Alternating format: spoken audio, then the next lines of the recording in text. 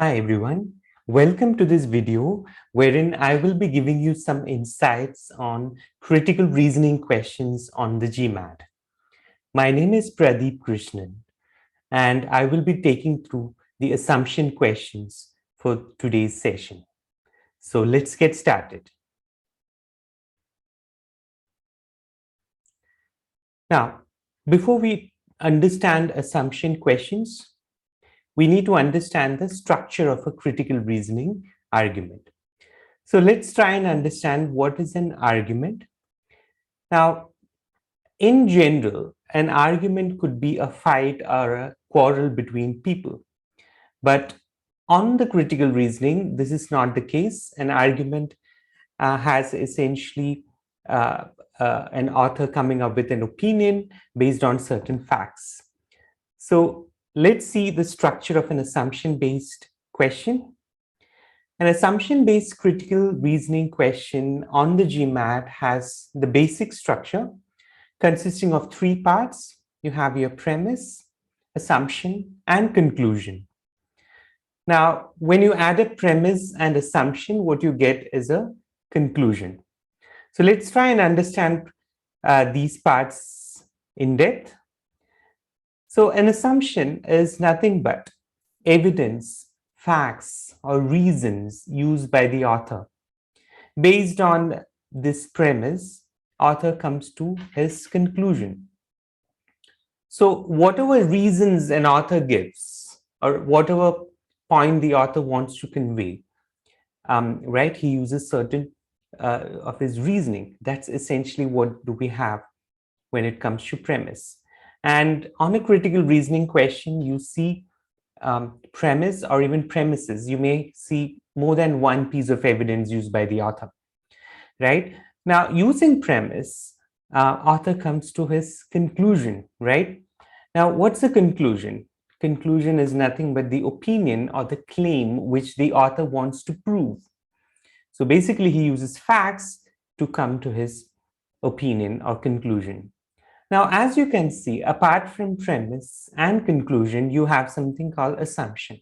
That's what we will be learning today, right? So now, before we move to that, we need to understand that there are certain indicators on a critical reasoning question. So there are certain words which will tell you, okay, this is your premise or this is your conclusion. So these are some of your premise indicators. These are because, since, for example, as indicated by a recent research says, a study conducted recently suggests. Now remember, on the critical reasoning question, you see these words indicating author's use of premise or evidence, right? Now, apart from premise, what we have is conclusion, right? Now, these are your conclusion indicators, right?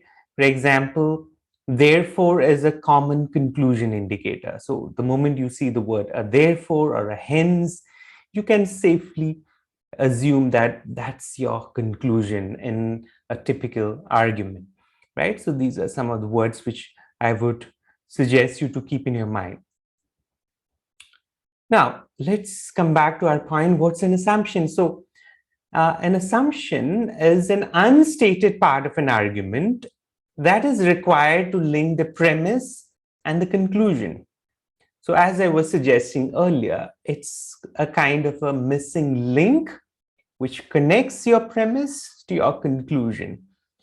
Remember, an assumption is never explicitly mentioned in an argument, right? So you don't see assumption directly stated in an argument. As a test taker, you have to derive the assumption from the argument. And remember, it's more like a connector, right? It connects your premise to the conclusion. Now, let's try a question. So the question goes like this. Generally, scientists enter their field with the goal of doing important new research and accept as their colleagues those with similar motivation. Therefore, when any scientist wins renown as an expounder of science to general audience, most other scientists conclude that this popularizer should no longer be regarded as a true colleague, right? So let's try and understand the premise and the conclusion, and then we will try and identify the assumption. So again, now what's my conclusion? Remember, whenever you're given an argument, first and foremost, try and identify the conclusion, and then you try and identify the premise on which the conclusion is being drawn.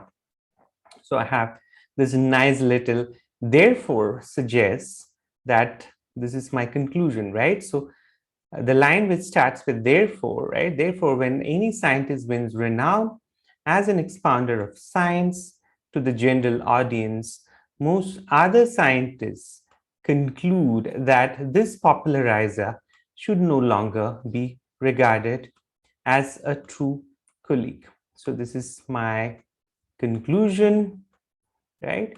And which is my premise. So the first part of the argument, right? The argument says generally scientists enter their field with the goal of doing important new research and accept as a colleague with similar motivation. So that's my premise. So what, remember, when you're given an argument, identify the conclusion and then you identify the premise, right? Now, easy way to go about it, remember, always use always try and have a note-taking habit. That's going to help you a lot when you solve critical reasoning questions. So if I were to take notes, right? So this would be my note. I would write conclusion. Now it suggests popularizers should no longer be regarded as true colleague. That's my conclusion. And then on what basis are we saying popularizers should no longer be considered as true colleagues, right? That's the premise. So you have two statements, right? The first statement says scientists enter their field to do important research. Scientists accept people with similar motivation as a colleague. These are the two data on the basis of which you have come to a conclusion that popularizer should no longer be regarded as a true colleague. Now let's try and understand the assumption. Remember, it's a missing piece, or it's an information which has to support your conclusion, right?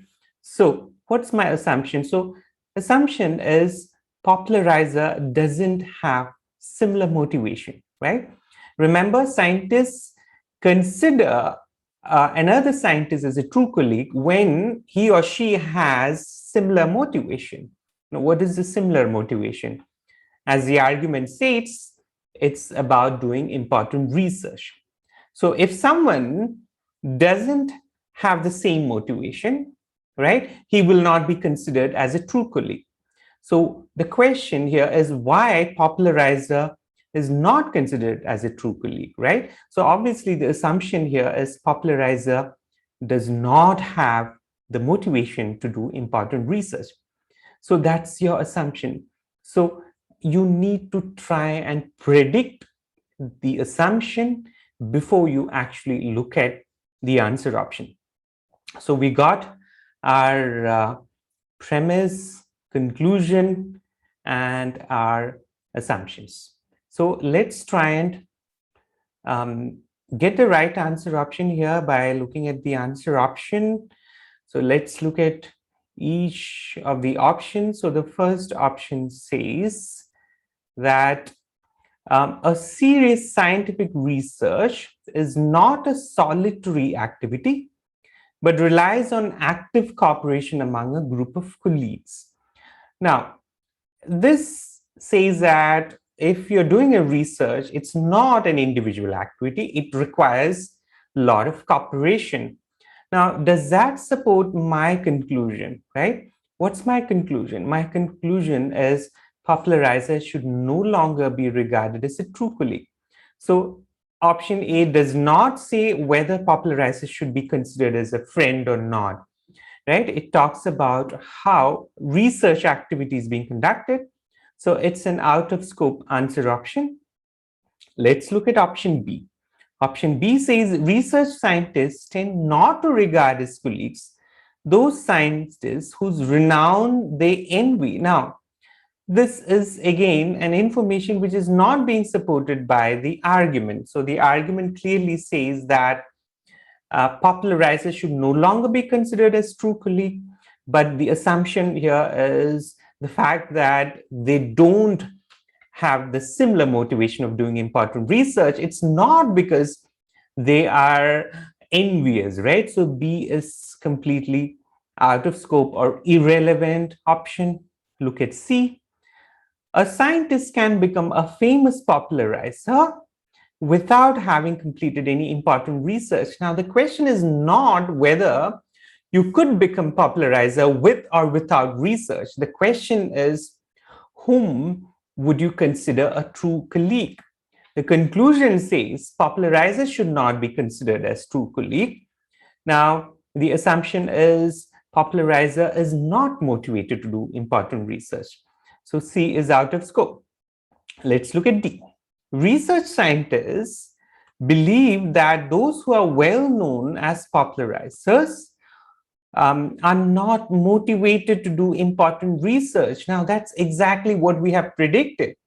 The reason why these guys don't consider popularizer as a true colleague is not because they envy them, it's because they are not motivated to do important research. That's exactly what option D says. So let's hold on to option D. Let's look at E.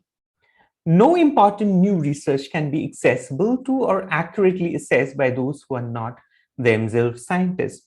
Now, here we are not talking about people who are not scientists. That's completely out of scope. Here we are talking about who are actually scientists, right? So E is also an out of scope option. So we got our answer, which we have predicted.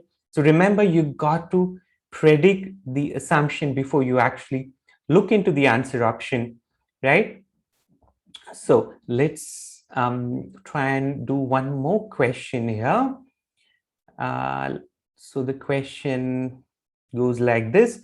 Remember, before you do a critical reasoning question, you need to follow certain steps here. Before you read the argument, you're supposed to read the question or the question stem, right? Question stem tells you what exactly are you looking for in an argument, right? So here it says that the conclusion above is based on which of the following assumption. Now, this suggests that this is an assumption question. So I need to identify the assumption in this argument, right? So remember, you have 8 types of questions on the Gmat critical reasoning, right? You have your strengtheners, you have your weakeners, finding assumptions, finding flaws. So you, as a test taker, the first step is you got to read the question stem. Without reading the question stem, you will not know what exactly are you supposed to do with the argument.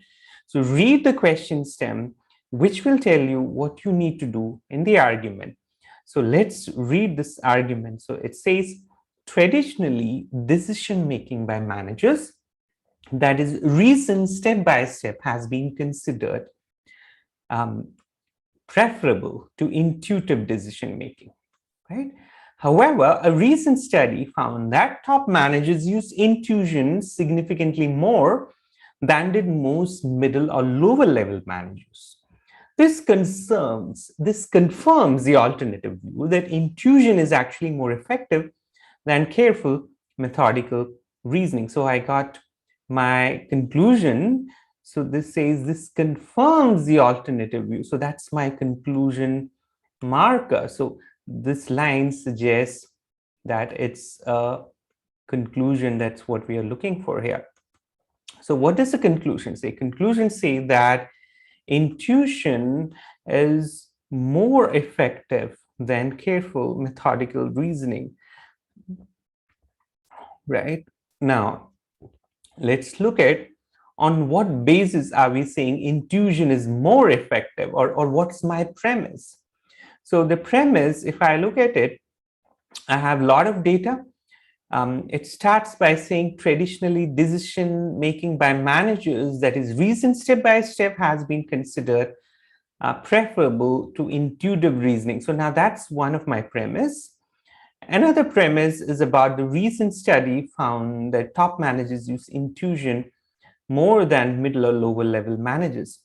Remember, a premise marker, premise indicator, we have learned it, right? So this is a premise indicator, a recent study, that's your premise indicator. Now, so you got your premise, right? The premise says that top managers used intuition more. Based on that data, you're coming to a conclusion that intuition is more effective than careful methodical reasoning. So what's my assumption? So if you look at these two pieces of information, you're saying intuition is more effective, and the premise is top managers are using it, right? So what you understand here is whatever top managers use, right, whether it is intuition or careful methodical reasoning, right, that suggests that that method will be effective. So top managers are using intuitive reasoning, so it's becoming an effective methodology. So my assumption here is, top managers are effective when it comes to decision making, right? That's my assumption. Now, let's look at each of the options. Option A says methodical step-by-step reasoning is inappropriate. Now, remember, this is completely out of scope. Now, the argument relies on what is more effective, not what is appropriate or inappropriate, right? So the word here, inappropriate, suggests that this is not the assumption that I'm looking for. Let's look at B. B says top managers have the ability to use either intuitive reasoning or methodical step-by-step reasoning. Now, again, this does not support my conclusion. Remember, in an assumption question, I'm looking for an option which should support my conclusion. My conclusion is intuition is more effective.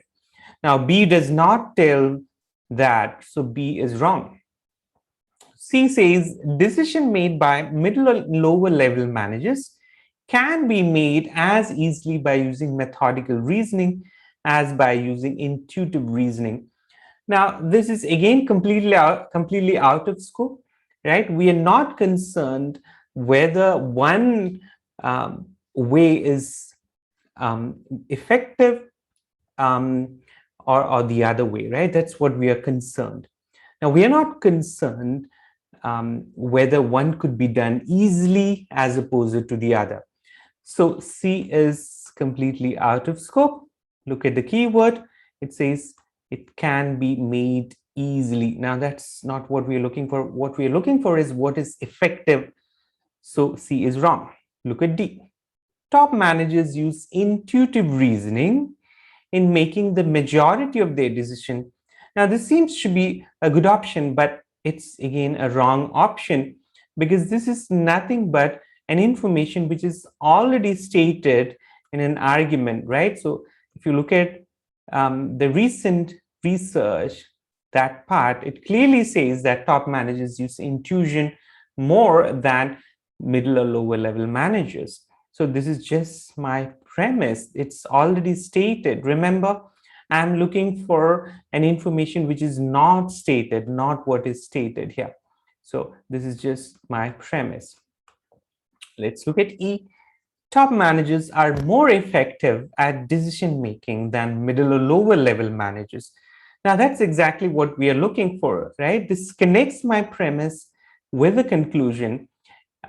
So that's my assumption, which I have already predicted. So I hope this is really effective, really helpful for you to learn. Now, in the next video, we will be looking at some more concepts on critical reasoning. Thank you very much. Thanks for watching this video. Happy reasoning.